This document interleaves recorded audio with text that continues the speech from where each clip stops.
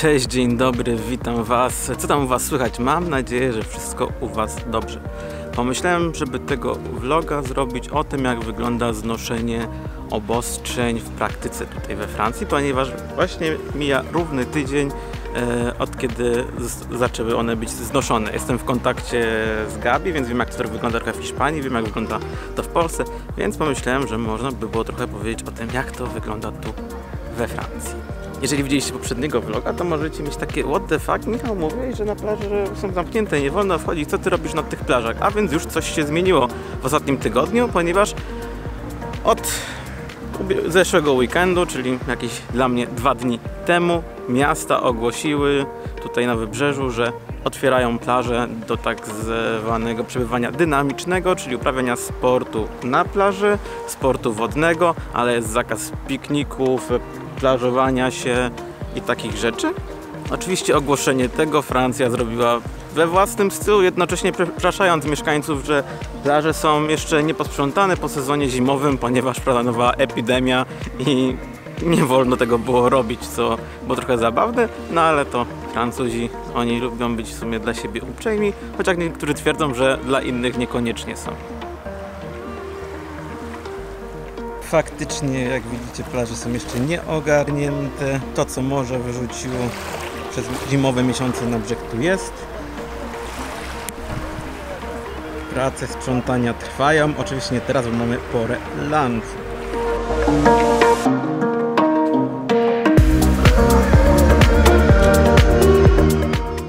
Generalnie ludzie z tej możliwości korzystają sobie z tego aktywnego wykorzystywania plaży. Trochę niektórzy to naciągają, ale jakoś nie ma z tym, widzę, problemów po stronie policyjnej. I mijam właśnie parking, na którym zaparkowałem, i kolejna rzecz, że do końca czerwca, z racji wychodzenia z tego zamknięcia, parkingi miejskie są bezpłatne, a przynajmniej w Antibes i w Jean-Le-Pin.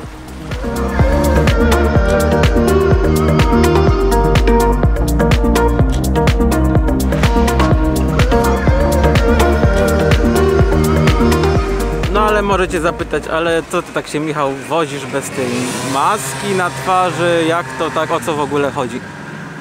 A więc miasto dostarczyło nam maski, ale one są nieobowiązkowe w przestrzeni szeroko pojętej publicznej. Są oczywiście od tego jakieś odstępstwa, wyjątki, lub w niektórych miejscach jest zalecane, jak na przykład, nie wiem, duże skupiska, gdzie jest większe zagęszczenie ludzi, sklepy, wymagana i obowiązkowa jest w transporcie publicznym, lub na przykład takim wyjątkiem jest też targ prowansalski w Antibes, gdzie maseczka jest, w ogóle cały targ jest zupełnie inaczej zagospodarowany na ten okres i maseczki są obowiązkowe, ale ogólnie nie musimy ich nosić, duża część osób ich nie nosi, a część tak, jest to gdzieś indywidualne podejście do tematu. No i tutaj może paść pytanie w takim razie, jak unikać zakażenia w przestrzeni publicznej. Otóż po prostu dystans społeczny jest to zalecane i całkiem mocno przestrzegane przez Francuzów tutaj, więc możemy spotykać się w grupach do 10 osób, więc jeżeli takie grupki się tworzą, one zachowują od siebie odstępy, ludzie mijają się w jakimś odstępie, tak jak jest zalecane, przynajmniej metrowym, na chodnikach, po prostu zachowują ten dystans społeczny i dzięki temu gdzieś te maski nie są tak wymagane. Zresztą byłem zaskoczony, że Francuzi się wstrzymali od wszelakich strajków i protestów na te 2 miesiące, bo przecież wiemy, że to u nich to sport narodowy popularniejszy niż piłka nożna. Jesteśmy na wspomnianym przeze mnie wcześniej targu prowansalskim, na którym od w sumie wyjścia z konfinement nie byłem, ale z tego, co słyszałem, z tego, co widziałem w mediach społecznościowych merostwa, to przede wszystkim tak, tutaj są takie rozwijane żaluzje, one są zasłaniane na czas trwania targu. Ruch odbywa się jednostronnie, czyli wchodzimy tam, wychodzimy tam, żeby wszystko szło ładnie, sprawnie, z zachowaniem dystansu społecznego i bezpiecznie.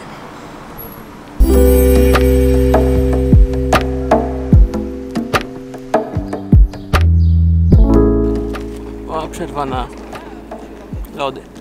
Tym orzeźwiającym i słodkim akcentem przechodzimy do strefy gastronomicznej.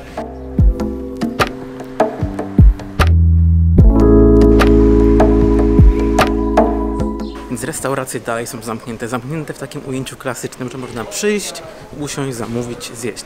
Mogą być otwarte jedynie oferując zamówienia na wynos z dostawą, więc tak to było w czasie samego zamknięcia. Z tą różnicą, że wraz z zniesieniem obostrzeń związanych z przemieszczaniem się oraz otwarciem plaż, coraz więcej się po prostu otwiera tych restauracji na takich zasadach zamówień na wynos. Aczkolwiek nadal spora część restauracji jest zamknięta. Musiałem wpaść na chwilę do domu i co? Rumba zjadła mi buta i pokłóciła się z longboardem. Ale zanim wrócimy do głównego tematu, to jeszcze jedna rzecz. Wyciągnąłem paczkę od moich rodziców, którą kurier mi w międzyczasie zostawił. I znalazłem w niej oto taką bransoletkę. I voilà! Zacna. Na czym teraz skończyłem? Gastronomia, restauracje, więc bary. No bary są w trochę cięższej sytuacji.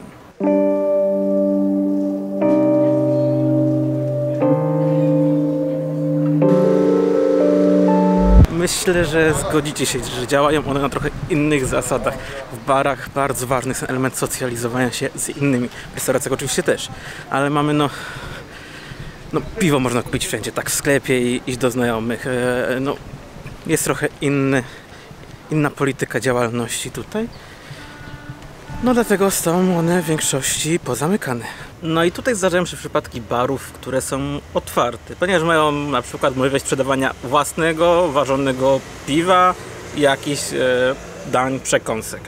Koło mnie na przykład jest bar, który po prostu sprzedaje kawy, przekąski, a przy okazji sprzedaje też normalnie piwa i robione drinki na wynos. Na przykład mojito, dzięki Bogu.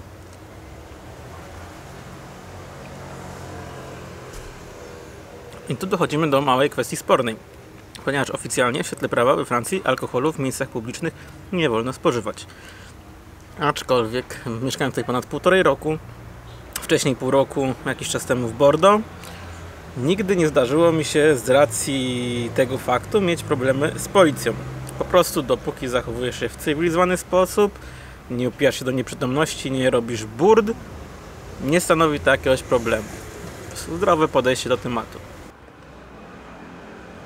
Sytuacja tych branż musi zostać uregulowana prędzej czy później i raczej prędzej. Zobaczymy, jak to wyjdzie, co się podzieje. Hiszpania już próbuje i właśnie już spróbowała i otworzyła bary na ograniczonych zasadach, więc może być takim królikiem doświadczalnym Europy. Zobaczymy, jak im to wyjdzie. No i co, można zadać pytanie, jakie są nastroje społeczne?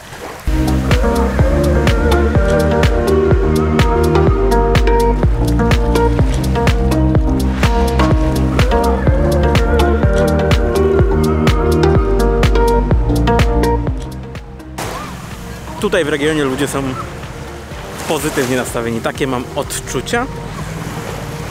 Co przyniesie czas, to się okaże. Ja mam takie odczucia, że właściwie sytuacja już wraca do normalności, niż jest bliżej tej anormalnej sytuacji. Oczywiście to jest tylko takie wrażenie, bo przed nami jeszcze długa droga jako społeczeństwa ogólnoświatowego, żeby się po tym wszystkim pozbierać, ale takie mam wrażenie. I tak do końca dobiega kolejny vlog, może niezbyt interesujący pod względem wizualnym, ale mam nadzieję, że Was temat zainteresował, bo ja uważam, że jest to ciekawe, jak poszczególne kraje podchodzą do wychodzenia z kwarantanny, jak społeczeństwa na to reagują, się zachowują. Tyle. Kończę. Idę się przejść dalej plażą. Trzymajcie się. Do zobaczenia. Siema.